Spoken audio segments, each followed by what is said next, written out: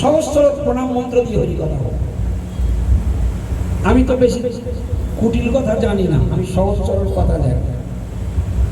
করুণার সিন্ধু, সিন্ধু মানে সমুদ্র। কিসের সমুদ্র? বলছে করুণা সিন্ধু, করুণার সমুদ্র।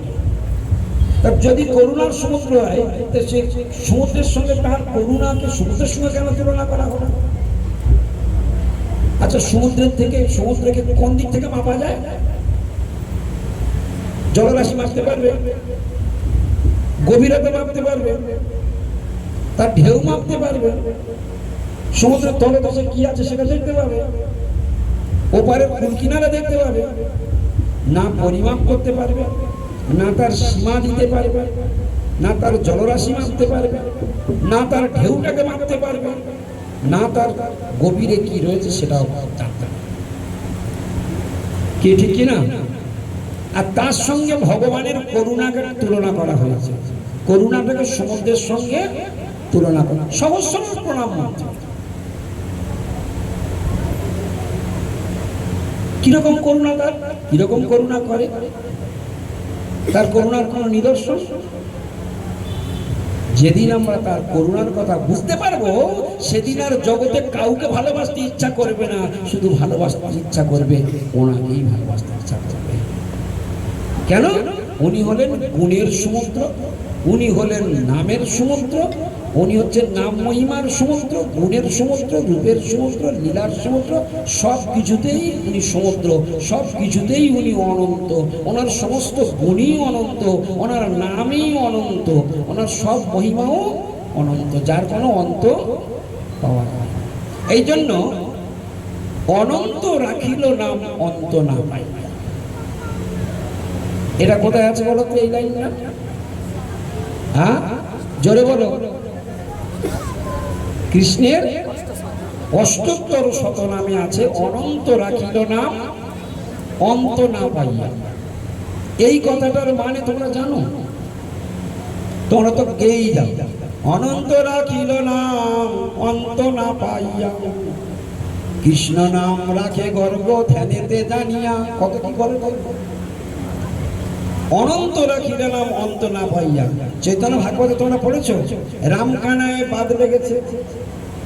রামকানায়, চৈতন্য ভাগবত পড়ে দেখবে, সেখানে বলা হচ্ছে রামকানায় বাদ লেগেছে। রামকানায় বাদ লেগেছে মানে কি? রাম আর কানাই। রাম মানে বলো রাম, কানাই মানে কৃষ্ণ। রাম কানায় বাদ লেগেছে, বাদ মানে বিবাদ, ঝগড়া বেঁধে গেছে দুই ভাই। দুই ভাইয়ের মধ্যে ঝগড়া শুরু হয়েছে, মামলা আরম্ভ হয়ে গিয়েছে। মামলা মানে বিবাদ। কার কার মধ্যে বিবাদ আরম্ভ হলো? রাম আর কানাই, দুজনের মধ্যে বিবাদ আরম্ভ হয়ে গেল। কি শুনতে ইচ্ছা করছে না? দুই ভাইয়ের কিরকম মামলা বেঁধেছে, কি বিবাদ হলো? হরে কৃষ্ণ। রাম কানায় বাদ লেগেছে, কি বিবাদ হয়েছে শুনবেন। এখন বড়রাম হচ্ছেন সেবক ভগবান, আর কৃষ্ণ হচ্ছেন সেব্য ভগবান। দুজনেই কিন্তু 64 গুণে পূর্ণ, দুজনেই পূর্ণ ভগবান, স্বয়ং ভগবান। কৃষ্ণ যত ক্ষমতা রাখে, বলরাম তত ক্ষমতা রাখে। শুধু দুজনের গায়ের রংটা আলাদা আর ভাবটা আলাদা। এই জন্য বলরামকে বলা হয় শ্রীকৃষ্ণের দ্বিতীয় কায়পুহ, দ্বিতীয় শরীর, কৃষ্ণের দ্বিতীয় শরীর। আর কি তফাৎ? অভিমানের তফাৎ। এসব কথাগুলো বুঝলে তবে কৃষ্ণ শিক্ষা। বলো কৃষ্ণ, ভজ কৃষ্ণ, করো কৃষ্ণ শিক্ষা। প্রতিদিন সাধুর কাছে বসে বসে কোনোদিন না কোনো কিছু নিরন্তর শুনতেই থাকো, শুনতেই থাকো। শুনতে শুনতে শুনতে শুনতে ধীরে ধীরে ভগবান সম্বন্ধে জ্ঞানের উদয় হবে, যেটাকে বলা হয় দিব্য জ্ঞান হৃদয়ে প্রকাশিত। হৃদয়ে এখন যে জ্ঞান আছে সেটা হলো অজ্ঞানতা। অজ্ঞান আমার হৃদয়কে ঘিরে বসে আছে, অন্ধকার করে বসে আছে। যখন তুমি সাধুর কাছে বসবে, সাধু যখন কর্ণকুহর থেকে কৃষ্ণ কথার অমৃত ঢালতে শুরু করবে, ধীরে ধীরে অজ্ঞান অন্ধকার কাটবে আর দিব্য জ্ঞানের আলোক জ্বলবে। দিব্য জ্ঞান হৃদয়ে প্রকাশ। সে দিব্য জ্ঞান প্রদান করবে কে? কোথা থেকে আসবে সেই দিব্য জ্ঞান? যদা ভ্রামং ভ্রামং হরিরস গলক বৈষ্ণবজনম কদাচিৎ সংস্পর্শন্তর অনুগমনে সার্থিত তদা কৃষ্ণ বিদ্যা ত্যাজতি সনকৈর মাইক দশাং স্বরূপং বিভ্রাম বিমল রসস্বগম। এই সংসার চক্রে ভ্রমণ করতে করতে যদা ভ্রামং ভ্রামং ভ্রমণ করতে করতে কখনো কোনো ভাবে কদাচিৎ হঠাৎ সংস্পর্শ দেখা হয়ে যায় কার সঙ্গে? হরি রসগলক বৈষ্ণব। হরিরসে বিগলিত সাধুর সঙ্গে যদি কোনোদিন কোনো ভাগ্যে দেখা হয়ে যায়, সেই সাধুর মুখ থেকে যখন হরি কথা শ্রবণ করা হয়, তখনই হৃদয়ের গাঢ় অন্ধকার কেটে যায় এবং দিব্য জ্ঞানের আলোক জ্বলে ওঠে। দিব্য জ্ঞান হৃদয়ে প্রকাশিত। তাহলে ভগবান দিব্য আর ভগবানের কথাটাও দিব্য। তাহলে ভগবানের কথা শোনাটাই হলো মানব জীবনের সব থেকে বড় ক্রাইটেরিয়া। মানব জীবনে যে মানব জন্ম গ্রহণ করেছে ভগবানের কথা শোনে না, সে হলো কপাল পড়া। যে মানব জন্ম পেয়েছে অথচ ভগবানের কথা শোনে না, ভগবানের কথা জানে না, ভগবানকে সেবা করে না, ভগবানকে পূজা করে না, ভগবানের নাম গুণগান কীর্তন ভগবানকে শোনায় না, তীর্থধামে যায় না, তারা নিতান্ত কপাল, তারা দুর্ভাগা। তারা কোনদিন আর প্রমোশন পাবে না। তাদের স্থান হবে জমালয়। তাদের স্থান হবে কোথায়? জোরে বলুন। জমালয়। আচ্ছা, কি যোগ্যতা থাকলে জমালয়ে যাওয়া যায় বলতে পারো? হ্যাঁ, কি যোগ্যতা থাকলে জমালয়ে যাওয়া যায়? তোমরা তো এতদিন সাধুর কাছে সব শুনে আসতো কি যোগ্যতা থাকলে গোলকে যাওয়া যায়। আমি আজকের উল্টো দিক দিয়ে পিছন খিড়কির দরজা দিয়ে ঢুকবো, কি যোগ্যতা থাকলে জমালয়ে যায়? কি ঠাকুর মশাই? হ্যাঁ, জমালয়ে যাওয়ার যোগ্যতা জানো কি কি থাকলে জমালয়ে যাওয়া যায়? যমরাজ নিজের মুখে বলেছেন। কি শুনবে? হ্যাঁ,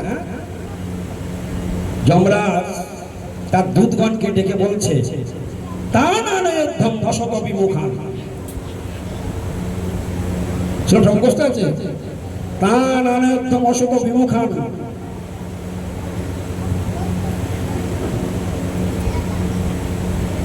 তাকে ধরে নিয়ে এসো আমার কাছে। তান আনয়ধ্যম অশত বিমুখান। হরিরসে বিগলিত সাধু যারা সর্বদাই অসৎসঙ্গ পরিত্যাগ করে, সর্বদাই ভগবানের নামে মুখরিত থাকে, তাদেরকে পরিত্যাগ করে,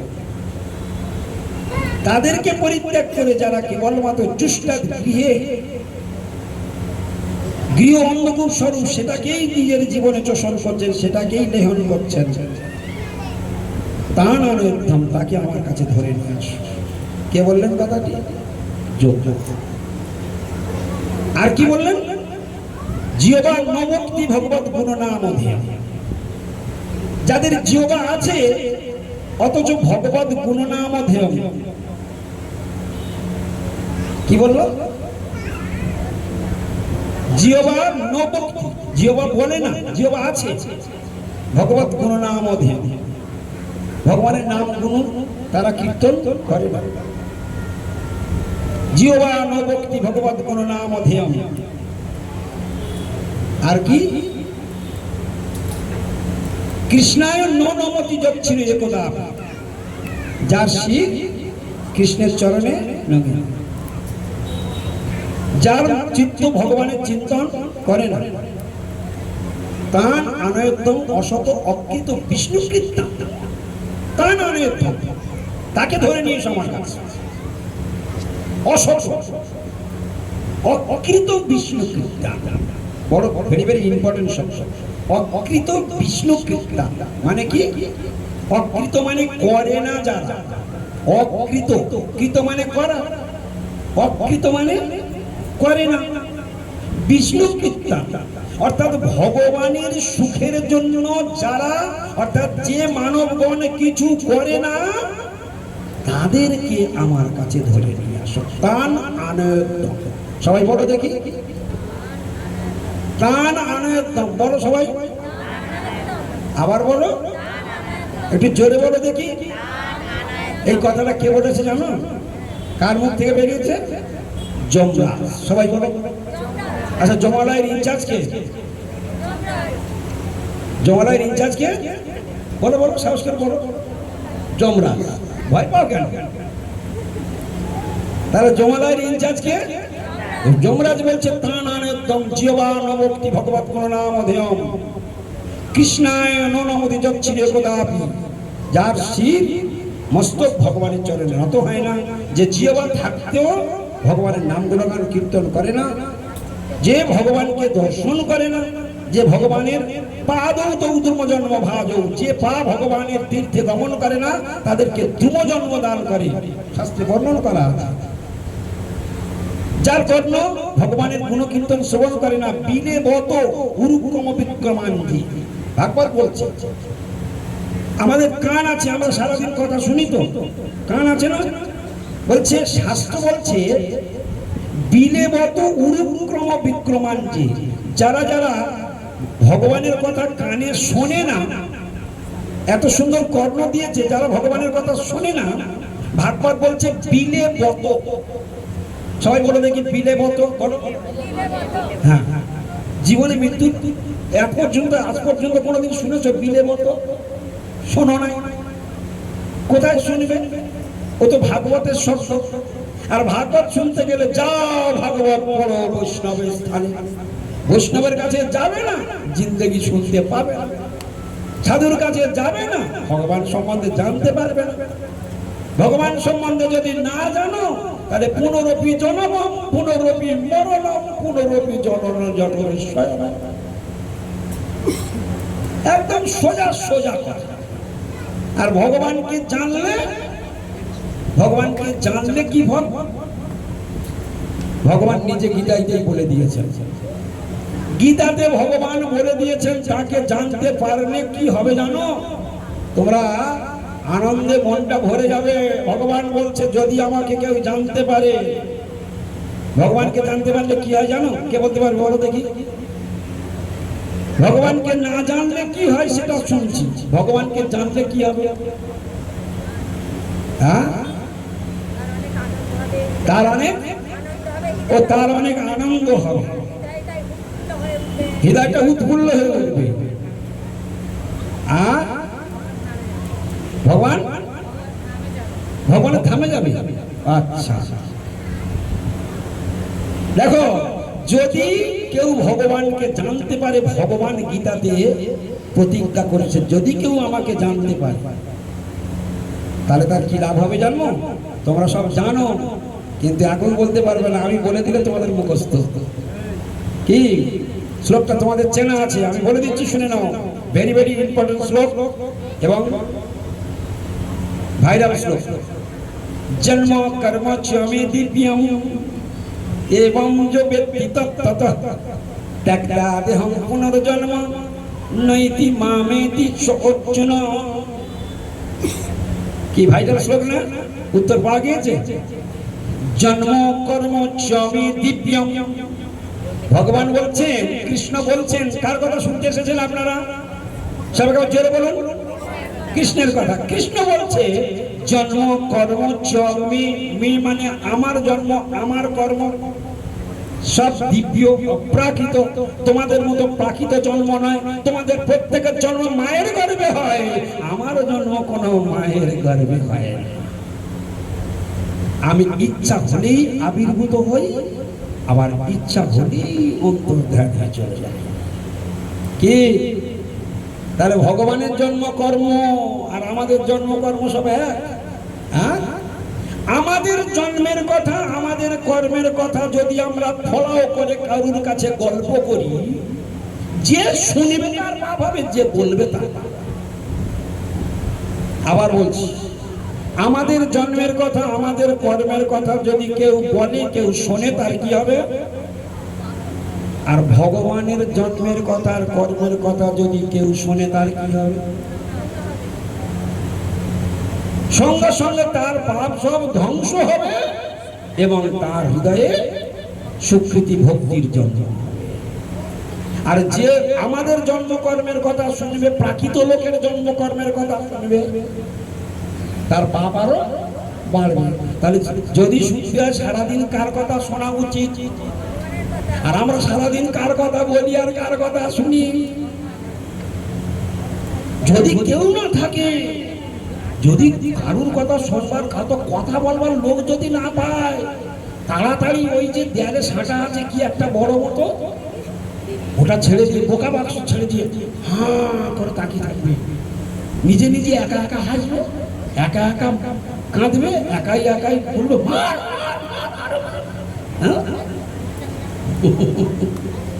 কি করবে কিনা, মানে পাগল, বদ্ধ পাগল। ওই ছবির মধ্যে দেখলো প্রসেনজিৎ 10 তলা থেকে লাম মেরে ঘোড়ার পিঠে পড়ে করে দৌড়াচ্ছে নায়িকাকে উদ্ধার করবার জন্য। ও ঠিক দেখেছেন তো? তুমি দেখো না তো, আমি তোমার দেখাচ্ছি আজকে। দেখো, প্রসেনজিৎ 10 তলার ছাদের থেকে লাম মেরে পড়বো, পড়ে কোথায় কি ঘোড়ার পিঠে, সমস্ত করে একটা ঘোড়া ছিল, ঘোড়ার পিঠে, আর যেই ঘোড়ার পিঠে বসে ঘোড়া দৌড় মারলো, সেই ঘোড়া তখন ছুটে দৌড়ে যাচ্ছে, নায়িকাকে ধরে নিয়ে যাচ্ছে 17 জন গুন্ডা। একদম সামনে গিয়ে ঘোড়ার গাড়ি দাঁড়ালো, নেমেই মাত্র 17 জন গুন্ডার একাই পেটাচ্ছে, 17 জনের দাঁত থমনা সব ভেঙে, হাড় গোড় ভেঙে গুঁড়ো করে শুয়ে দিল। নায়কের আপনারা যা দেখলেন সব ঠিক দেখলেন তো? সত্যি করে বলবেন, আপনারা সব চালাক লোক, সবাই চালাক বসে আছে এখানে, কেউ কম চালাক না, সব হেভি হেভি চালাক বসে আছে। ঠিক দেখেছে তো? প্রসেনজিৎ 10 তলা থেকে লাম মেরেছে তো?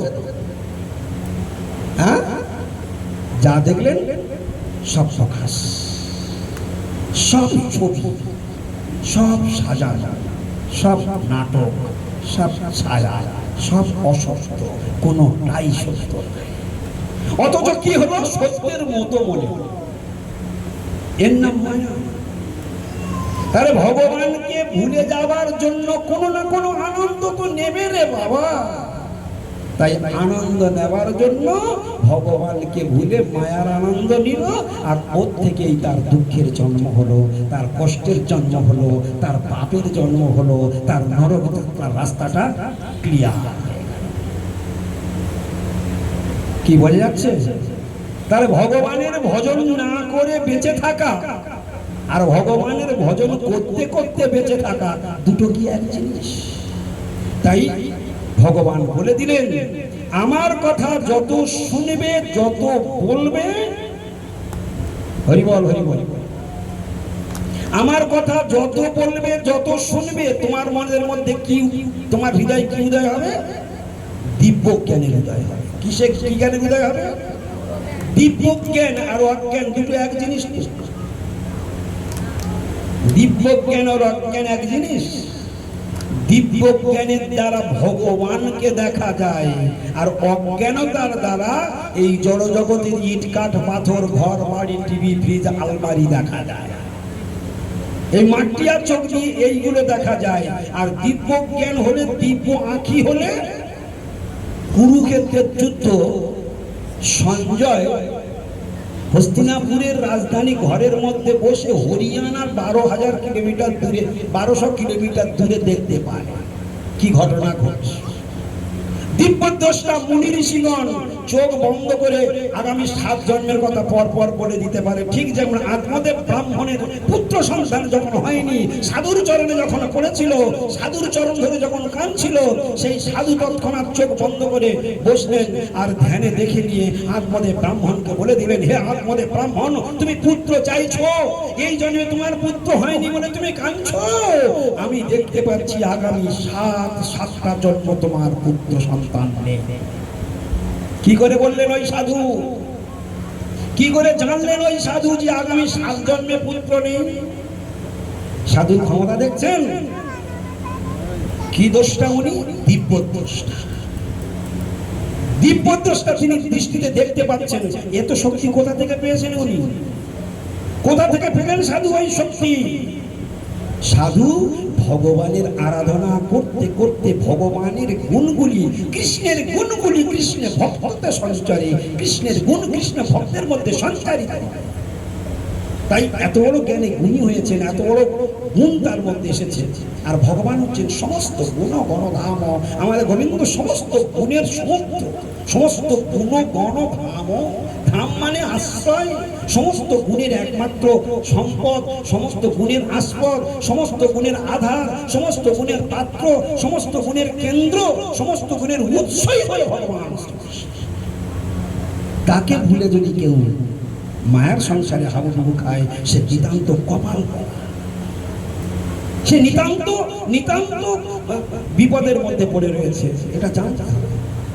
তার ইহকাল গেল, তার পরকাল গেল। এজন্য কোন এক সময় ভাগবতের ৩য় স্কন্ধে মাতা দেবহূতি ভগবান কপিলদেবকে বলছেন, তুমি তো ভগবান, যদিও তুমি আমার পুত্র রূপে জগতে এসেছো জগতে ভূভার হরণ করবার জন্য, কিন্তু তুমি স্বয়ং ভগবান, এটা তো আমি জানি। কারণ আমার সঙ্গে যখন কর্দমমণির বিবাহ হবে, ঠিক সেই সময় স্বয়ং ভগবান শ্রীকৃষ্ণ এসে কর্দমমণিকে কথা দিয়েছিলেন, তুমি বিবাহ করো, আমি কথা দিচ্ছি আমি তোমার পুত্র রূপে আসবো। সেখানে দেবহূতি দাঁড়িয়েছি, নিজের কানে শুনেছে যে ভগবান তার গর্ভে আসে। ভাগবতে শুনে নাও, মায়েরা তোমরা তো সবাই সন্তান ধারণ করো, গর্ভ ধারণ করো। দেবহূতি কি নারী, কি ভাগ্য করেছে! স্বয়ং ভগবান এসে তার সামনে দাঁড়িয়ে বলছে, কর্দমমণি জটাজুটধারী ঋষি, যার 206খানা হাড় গুনে নেওয়া যায়, আর দেবহূতি লক্ষ্মী স্বরূপা, অপূর্ব তার রূপ, অপূর্ব তার যৌবন, অপূর্ব তার দেহের ছোটা, যে অপূর্ব তার লাবণ্য, অপূর্ব তার রূপের ছোটা। তার সঙ্গে বিবাহ হচ্ছে কার? 206খানা হাড় গুনে নেওয়া যায়। যা কি পাত্র আর কি পাত্রী! তোমাদের কন্যাদের এরকম বিবাহ দিলে, সাধুর সঙ্গে এরকম সাধুর সঙ্গে তোমরা বিবাহ দেবে? ও বাবা, ও মাছ খায় না যখন, ও বাবা আমার কন্যা মরে যাবে। মাছ যদি না খায়, তাহলে ওই পাত্রের খাতে কখনো মেয়ে দিতে আছে কি? সব কোনা ও দেয় নাকি? ও, এদের কাছে সৎপাত্র কোনটা জানো তো? আরে ভাই, যে যতগুলো দান আছে তার মধ্যে কন্যা দান হচ্ছে একটা বড় দান, অন্নদান একটা বড় দান, স্বর্ণদান একটা বড় দান, গাভী দান একটা বড় দান, জমিদান একটা বড় দান। তো তার মধ্যে যত যত বড় বড় দান আছে, তার মধ্যে একটা বড় দান হলো কন্যাদান। আচ্ছা, কন্যাদান যখন আপনারা করেন, তখন কোন পাত্র খোঁজেন বলুন তো? একটু জোরে বলবেন। এই ঠিক বলেছে, জোরে বলবেন, হেলান দেবেন না। কোন পাত্র? জোরে বলো, জোরে বলো। সৎপাত্র। কি পাত্র? সৎপাত্র মানে কি? টেরা হয়, হোক, মদ খায় খা, চাকরিটা থাকলে হবে, আর 50 কিলো সোনা থাকলে হবে, আর ওই 2-4টে ফ্ল্যাট থাকবে, বেশ ফ্ল্যাট থাকতে হবে না, 2-4টে ফ্ল্যাট থাকলে হবে।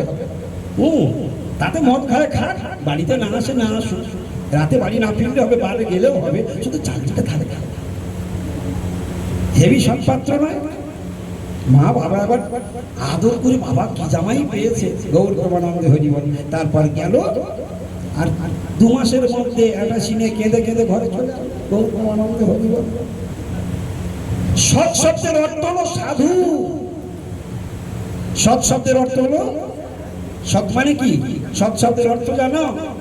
সৎ শব্দ তোমরা সৎ মানে কি জানো? তোমরা সৎ মানে জানো ভালো লোক, কারোর সঙ্গে ঝগড়া করে না, কারোর ঠকায় না, সকলের সঙ্গে মিষ্টি ব্যবহার করে, বিপদে আপদে মানুষের দান ধ্যান করে, মানুষের পাশে দাঁড়ায়, কারোর সঙ্গে ঝগড়া করে না, কারোর সাথে কাছে থাকে না, উনি সৎ।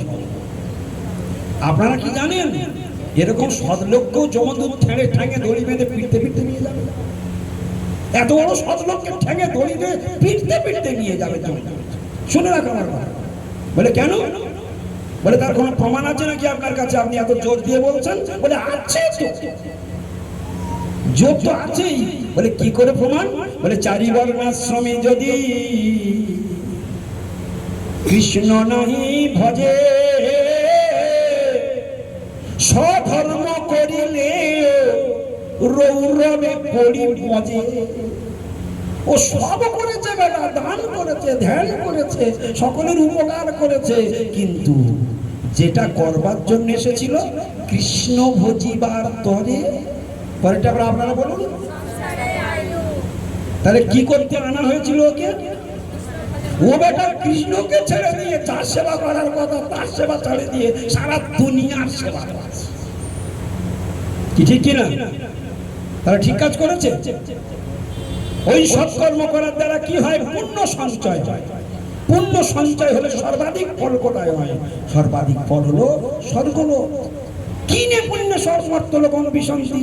আর যখন পুণ্য ক্ষীণ হয়ে যায় আবার এই মর্তভূমিতে গো ব্যাক, ফিরে আসতে হয়। তাহলে ওই রকম পুণ্যের মুখে ছাই, ওই রকম ধর্মের মুখে ছাই, যে ধর্ম আমাকে পাল্টি খাইয়ে আবার পুনর্মুষিত ভব করে দেয়। তাহলে কোন ধর্ম করা উচিত? এই জন্য এই জগতের মানুষ ধর্ম করতে চায়, কিন্তু ধর্মের মর্ম বোঝে না, ধর্মের আসল উদ্দেশ্য বোঝে না। ওই জন্য ধর্মের না জানিয়া মর্ম অধ্যাপনা করে, গর্দবের প্রায় সেই শাস্ত্র বহি মরে। ধর্ম করবেন, ধর্মের আগে রূপটাকে জানতে হবে, ধর্মের বিষয়বস্তুটাকে জানতে হবে, ধর্মের মর্মটাকে জানতে হবে। ধর্ম কেন করব, কি জন্য করব, কাকে কেন্দ্র করে ধর্ম দাঁড়িয়ে রয়েছে, এসব কথা সব শুনতে হবে।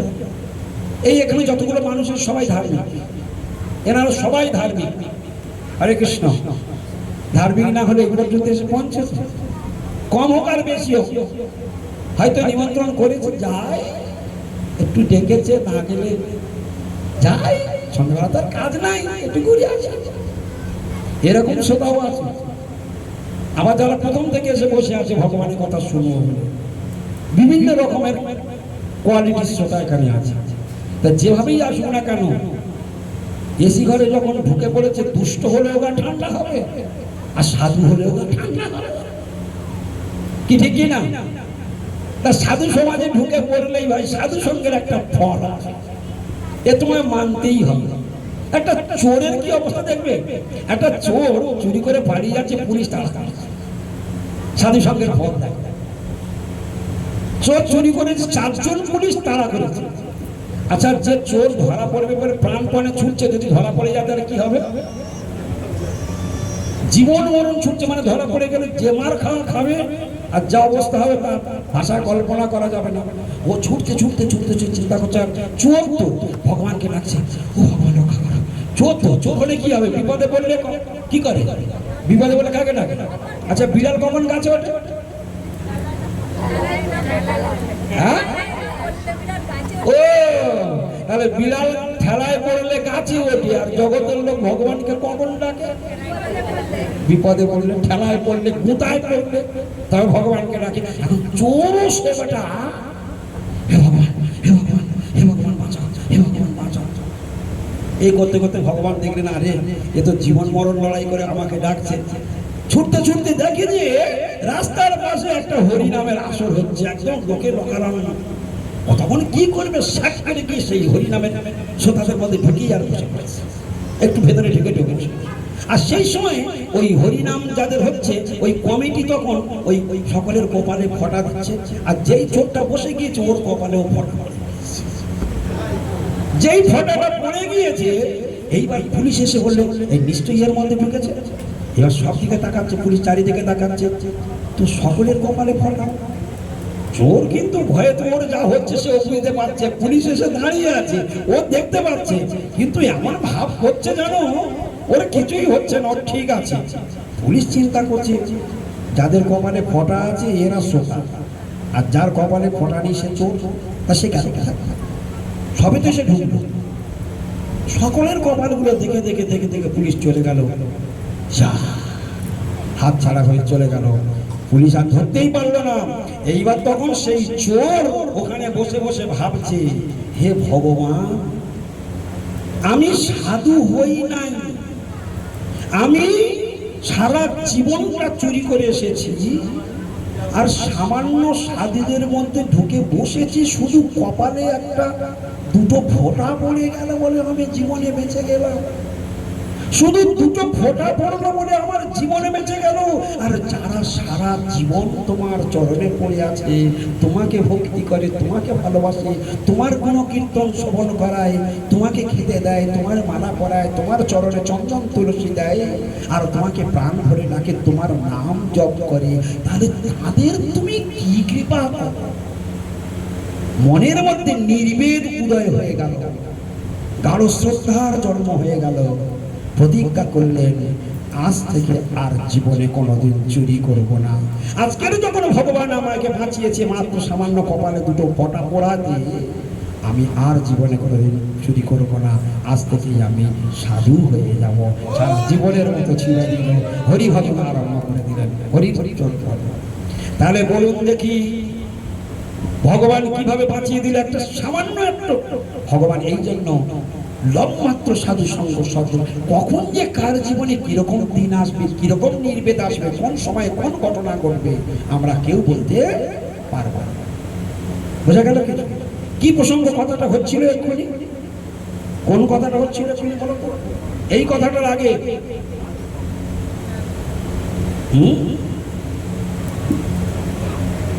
এই কথাটার আগে যে কথাটা হচ্ছিল, হ্যাঁ হ্যাঁ, যমরাজের কথা, সেটা তো অনেক আগের কথা, অনেক কথা হয়েছে। এক্ষুনি যে কথাটা হচ্ছিল, যাই হোক, হ্যাঁ, সৎ পাত্র, বহু প্রকার কথা হয়েছে। তো সৎ কাকে বলে? সৎ শব্দের অর্থ হলো সাধু। সৎ শব্দের অর্থ কি শুনে না ভালো করে? আজকে জীবনের মতো, সারা জীবনের মতো শুনে নাও। সৎ শব্দের অর্থ মানেই জানো না তোমরা। আর যতদিন না জানতে পারবে ততদিন ভগবানকে কোনোদিন ভালোবাসতে পারবে না, পারবে না, পারবে। সৎ মানে যা পার্মানেন্ট, তাই সৎ। মনে রাখো, যা ছিল, যা আছে, যা থাকবে, তার নাম সৎ। কিছু বোঝা মনে থাকবে কথাটা? সৎ কাকে বলে? সৎ কাকে বলে? যা ছিল, যা আছে, যা থাকবে, সেই বস্তু হলো সৎ। তাই ব্রহ্মাজি বলেছেন, সচ্চিদ আনন্দময় ঈশ্বর পরম কৃষ্ণ, সচ্চিদ আনন্দ বিগ্রহ, অনাদির আদি গোবিন্দ, সর্বকারণ কারণ। উনি সৎ, উনি চিৎ, উনি আনন্দ। সতের মানে আলাদা, চিতের মানে আলাদা, আনন্দের মানে আলাদা। টুকটুক করে সাধুর কাছ থেকে বসে বসে একদিনে সারা দুনিয়া সব শিখতে পারবে না। সবগুলো ধীরে ধীরে এখন এই আলোচনা করতে হবে, শিখতে হবে। বড় কৃষ্ণ, ভজ কৃষ্ণ, কর কৃষ্ণ। এই জন্য তো সাধুদের ইষ্ট গোষ্ঠী করার ব্যবস্থা করে দিয়েছেন মহাপ্রভু। ইষ্ট গোষ্ঠীর সৃষ্টিকর্তা মহাপ্রভু, তার দূত এসে ভক্তিবিনোদ ঠাকুর, জগৎগুরু ভক্তি সিদ্ধান্ত সরস্বতী গোস্বামী বহুপাদ এসে একেবারে বিজয়টা বাজিয়ে দিয়ে গেলেন। মহাপ্রভুর অবিকৃত শুদ্ধ বৈষ্ণব ধর্মের জন্ম দিয়ে চলে গেলেন এবং মহাপ্রভুর অবিকৃত ধারাকে পুনরুজ্জীবিত করে দিয়ে চলে গেলেন। আজ সেই মহাপ্রভুর কৃপায় ভক্তিবিনোদ ঠাকুর, সরস্বতী গোস্বামী বহুপাদ আদি মহাজনের দয়াতে, এই জন্য গৌড়ীয় বৈষ্ণবদের ধর্ম হচ্ছে মানে ভক্তিবিনোদ সরস্বতীর ধারা। আমরা কোন ধারায় স্নাত হচ্ছি? ভক্তিবিনোদ সরস্বতী ধারা। সংরক্ষণে নাম গুরু গৌড়ীয় গুরুবর্গ এই ভক্তিবিনোদ সরস্বতী ধারাকে সংরক্ষণ করে রেখেছে। আমরা কার দয়া আজকে এখানে বসে কথা বলতে পারছি, শুনতে পাচ্ছি? ভক্তিবিনোদ সরস্বতীর ধারা। সরস্বতী গোস্বামী প্রভুপাদ ভক্তিবিনোদ ঠাকুর গ্রন্থগুলোকে রচনা করে প্ল্যাটফর্ম তৈরি করেছেন, আর সেইগুলোকে প্রচার করে ৬৬খানা গৌরীমঠ স্থাপন করে জগৎগুরু শ্রী ভক্তি সিদ্ধান্ত সরস্বতী গোস্বামী প্রভুপাদ পারমার্থিক স্কুলের জন্ম দিয়েছে। সেই পারমার্থিক স্কুলে ও নরাধম লেখাপড়া শিখেছিল বলে আজকের এখানে আপনাদের সামনে বসে ভগবানের দুটো কথা বলতে পারছি। এটা তাদের নাম, আমাদের কোনো যোগ্যতা নেই। আমরা তাদের বলা কথা, তাদের শেখানো কথাটাই আমরা বাণীর পিয়ন। আমরা শুধু পিয়ন কি করে, বাণীটা পৌঁছে দেয়, চিঠিটা পৌঁছে দেয়, চিঠিটা সারার কাজ তাদের নয়। তাই গৌড়ীয় গুরুবর্গ যে বাণীগুলো বলেছেন ওইগুলো আমরা শোনা কথাটাই বলি। আমরা নতুন করে কিছু জন্ম দিয়ে বলি না, আর ওই কথা শুনলেই জগৎ জীবের মঙ্গল। তাহলে সৎ মানে কি? যা ছিল, যা আছে, যা থাকবে। এখন যিনি ভালো লোক, যিনি কারো ক্ষতি করে না, যিনি মানুষের বিপদে আপদে দাঁড়ায়, কারোর মেয়ের বিয়ে নামে টাকা দেয়, শ্মশানে নিয়ে যেতে পারে টাকা দেয়, সকলের পাশে দাঁড়ায়, সকলের উপকার করে, তাকে সৎ আমরা বলি না? কিন্তু এই সতের মানে কি এর সঙ্গে মিলছে?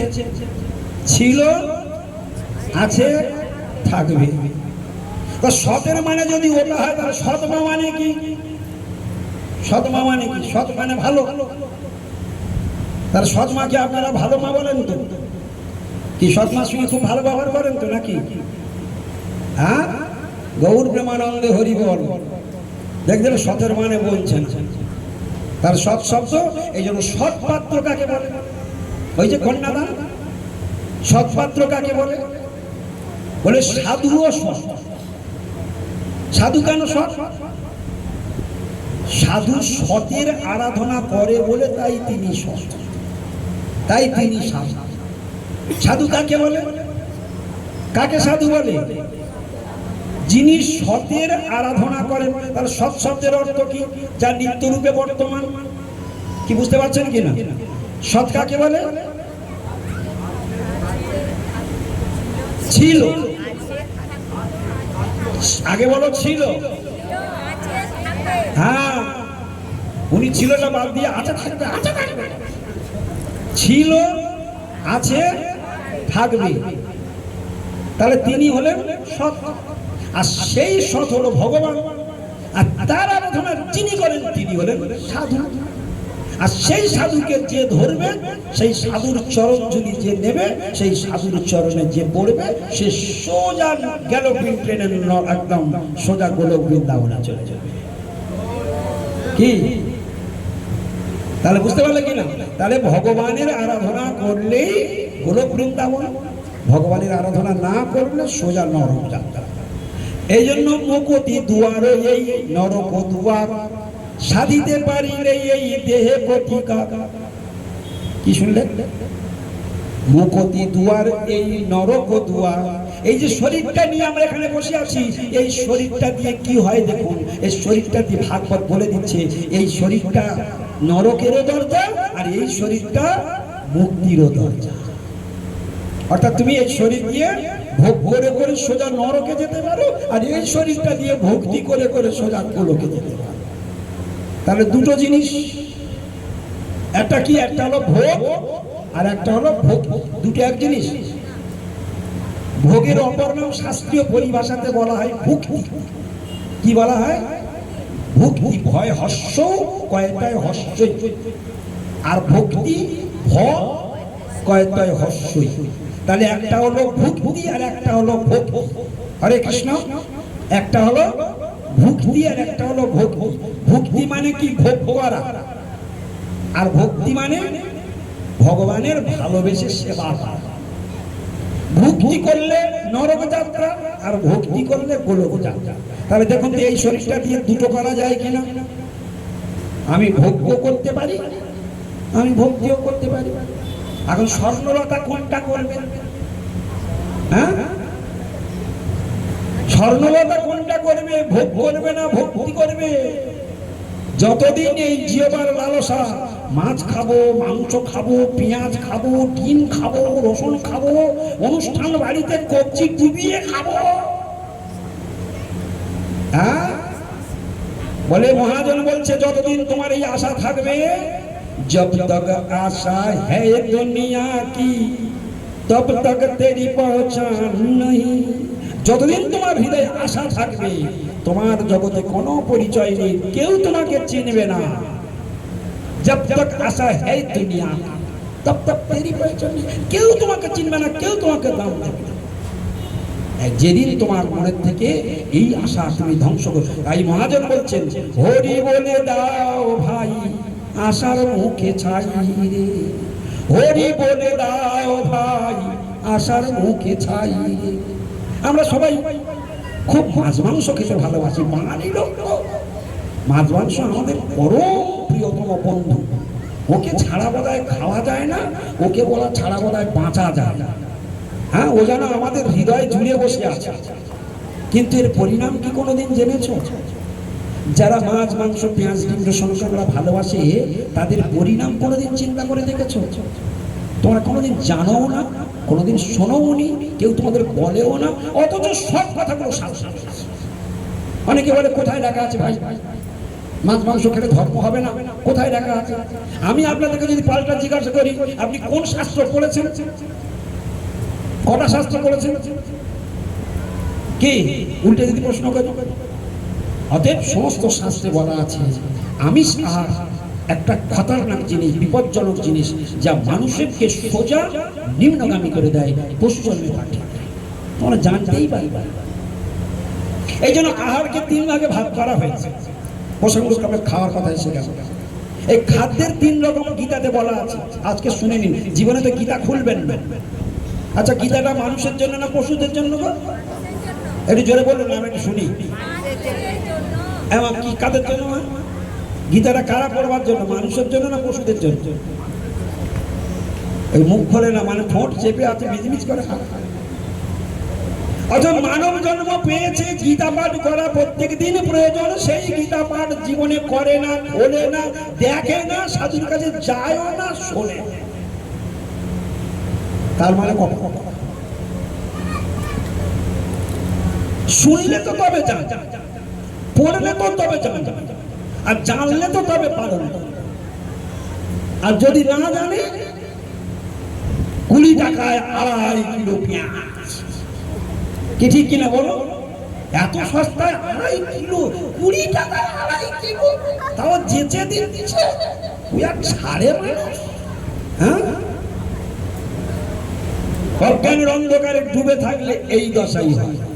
আর জ্ঞানের বাতি জ্বলে উঠলে ওটাকে অত্যন্ত নোংরা বস্তু বলে জানবেন। তখন ভিতর থেকে বেল দিয়ে দেবে, না না, লাখ টাকা দিলে এটা আর খাও।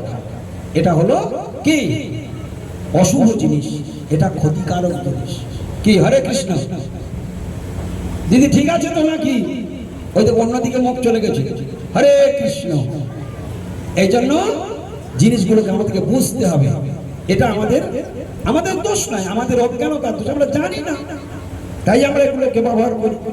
এটা আমাদের কখনোই খাওয়া উচিত নয়। ওটা অশুভ খাদ্য, আমাদের জীবনকে বিপদের মুখে ফেলে দেবে, আমাদের জীবনকে নরকগামী করে দেবে। এটা হচ্ছে তামসিক আহার।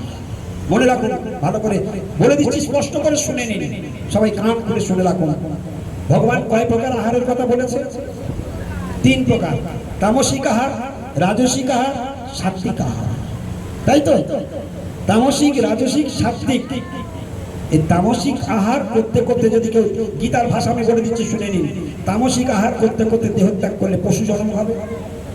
রাজসিক আহার গ্রহণ করতে করতে যদি মরে, তো কর্মাসক্ত মনুষ্যকুলে জন্ম হবে।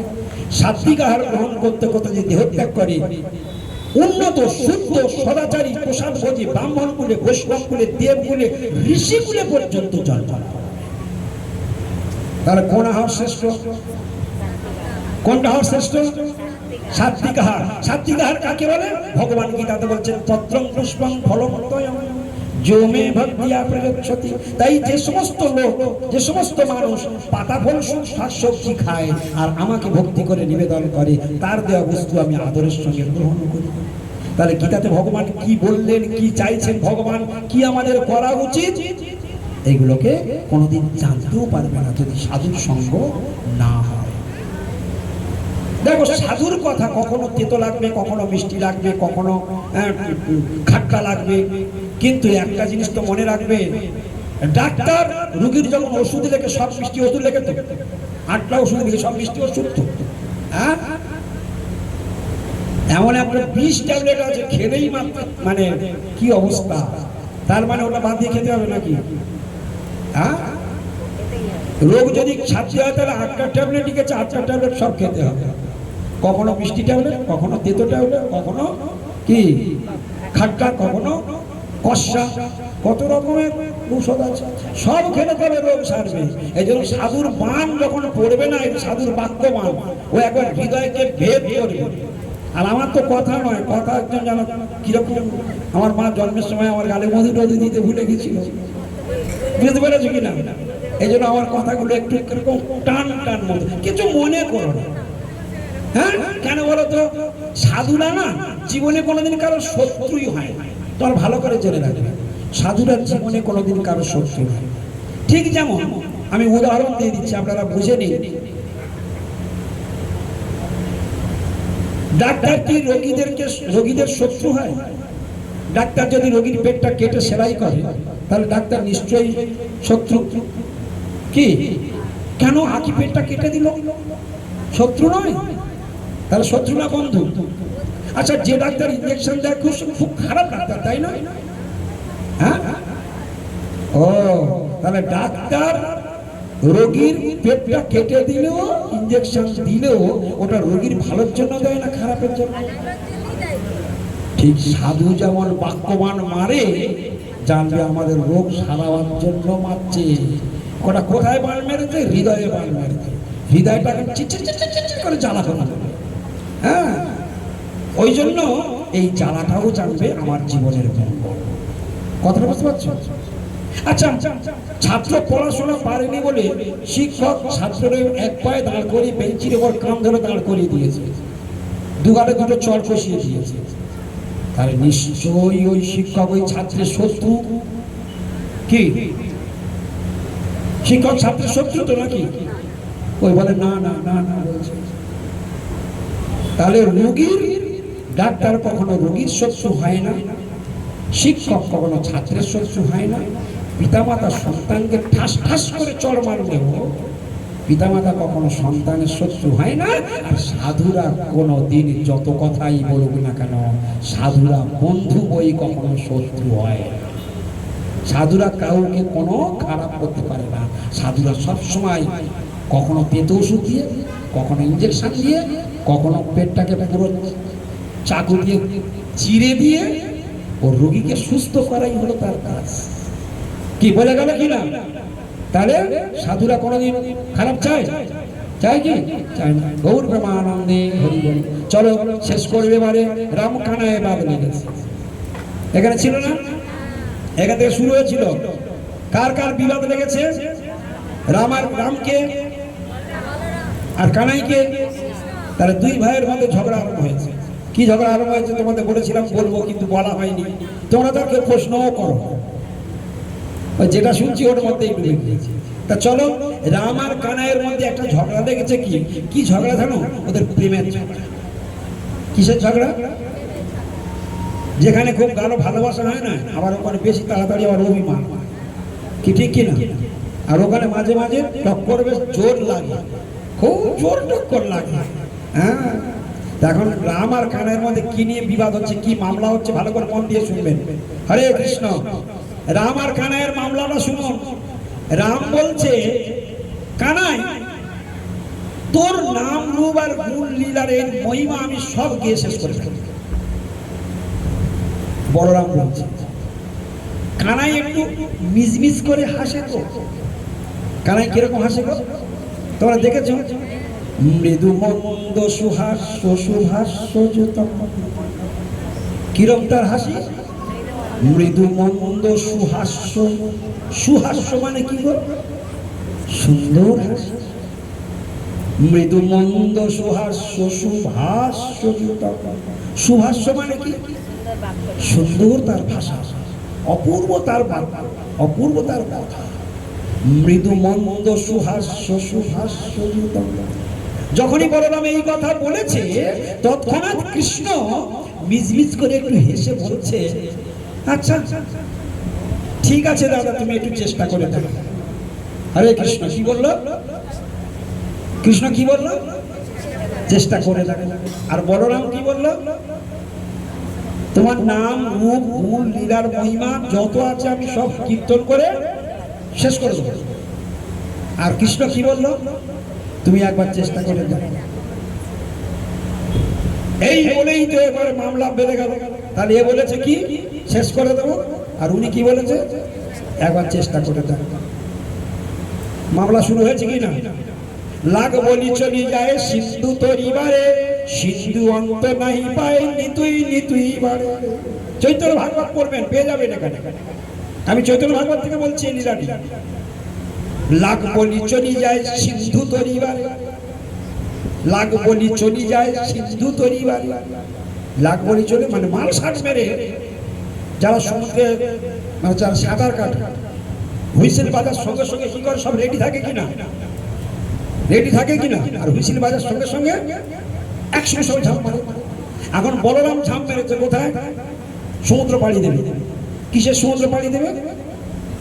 ভগবানের নাম, রূপ, গুণ, লীলা, এই চারটে সমুদ্রকে টপকে যাবে, সব কীর্তন করে শেষ করে দেবে। অনন্ত মুখে অনন্ত, বলরাম হচ্ছে অনন্ত দেব, সহস্র মুখে গেয়ে যাচ্ছে নাম, রূপ, গুণ, লীলার মহিমা গেয়ে যাচ্ছে। এখানে কি বলছে? লাগ বলি চলি যায় সিন্ধু তরিবারে, অর্থাৎ এই নাম, রূপ, গুণ, লীলা সমুদ্রকে পার হয়ে চলে যাবে। সিন্ধু অন্ত নাহি পায় নিতুই নিতুই বাড়ে। যত গায় তত বাড়ে, যত গায় তত বাড়ে, যত গায় তত বাড়ে। তাহলে কি হলো? কিছু বুঝতে পারছেন? যত গাচ্ছে তত বেড়ে যাচ্ছে। যেমন আমি একটা কথা বলি, ভাগবতে 18,000 শ্লোক আছে তো। তা ভগবানের যে সমস্ত লীলাগুলি ব্যাসদেব যে বাছাই বাছাই করে শ্রীমদ্ ভাগবত সর্বশাস্ত্রাধিপ যিশু সব শাস্ত্রের সার রূপে শ্রীমদ্ ভাগবতমকে রচনা করেছেন। কত হাজার শ্লোক? ভগবান আর কোনো লীলা টিলা করছে না তো? সেই পর্যন্ত ভগবানের লীলা বন্ধ হয়ে গেছে, আর ভগবান লীলা করে না তো? তাহলে ভগবানের লীলা অনন্তকাল বন্ধ নেই, সে তো করেই চলেছে, তিনি গিয়েই চলেছে। ওনার লীলা শেষ হয় না, আর এনার সমুদ্র পাড়ি আর শেষ হয় না। কি হলো? শেষ পর্যন্ত বলরাম হেরে কি বললো জানো? অনন্ত রাখিল না, অনন্ত না পাইয়া। কিসের অন্ত পেল না? কিসের অন্ত পেল না? নাম, রূপ, গুণ, লীলার অন্ত পেল না। কে পেল না? বলরাম। বলরামের আর এক নাম অনন্ত। যার নাম বলরাম তার নাম নিত্যানন্দ, তার নাম অনন্ত দেব, তার নাম সহস্রনাম, তার নাম শেষ দেব। তাহলে অনন্ত রাখিল নাম, হোপলেস হয়ে গিয়ে এবার কানাইকে বলছে, কৃষ্ণকে বলছে, কৃষ্ণ উফ পারলাম না, তোর নাম অনন্ত, আমি তোর নাম রাখছি, তুইও অনন্ত, আমার নাম অনন্ত আর তোর নাম। তাহলে কে কার নাম রাখলো? কে কার নাম রাখলো? বলরামের নাম অনন্ত। আর বলরাম কৃষ্ণের কি নাম দিল? হ্যাঁ, অনন্ত রাখিল নাম, অন্ত না পাইয়া। তোমরা তো শুধু কীর্তন করো, মানেই তো বোঝো না। কি বুঝতে পেরেছ আজকে? আজকে মানেটা বোঝা গেছে? হ্যাঁ, তাহলে কে কার অন্ত পেল না?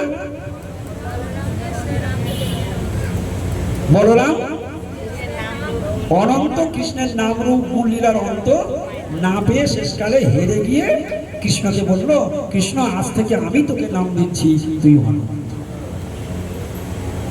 চৈতন্য ভাগবতের লীলা থেকে। আর ওদিকে নরোত্তম ঠাকুরের কীর্তন থেকে আজকে দুটো সামঞ্জস্য করে শুনলাম।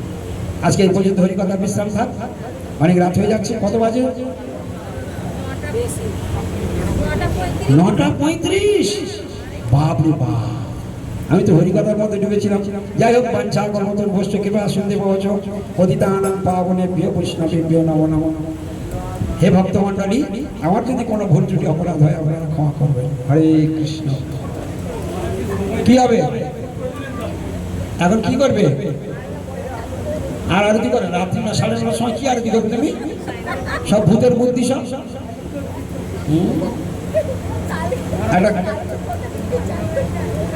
আচ্ছা শুনুন, একটা কীর্তন আমি করে দিচ্ছি। কীর্তনের বইটা আমার কাছে দাও, আর সবাই হাততালি দিয়ে গাইবে। এতক্ষণ যে পাঠ হলো তারপর কীর্তন হবে।